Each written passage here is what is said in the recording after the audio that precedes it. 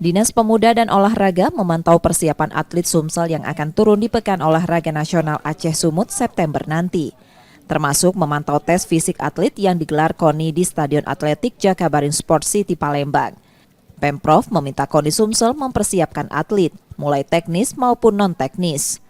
Persiapan tersebut terkait target menembus 10 besar pada PON kali ini.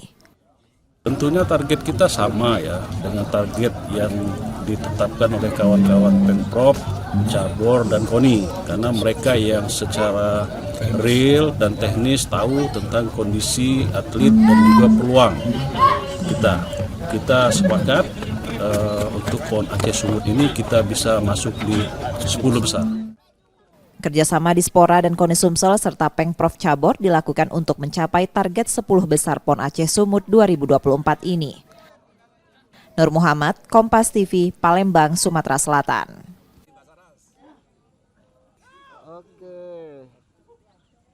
Sip, cukup.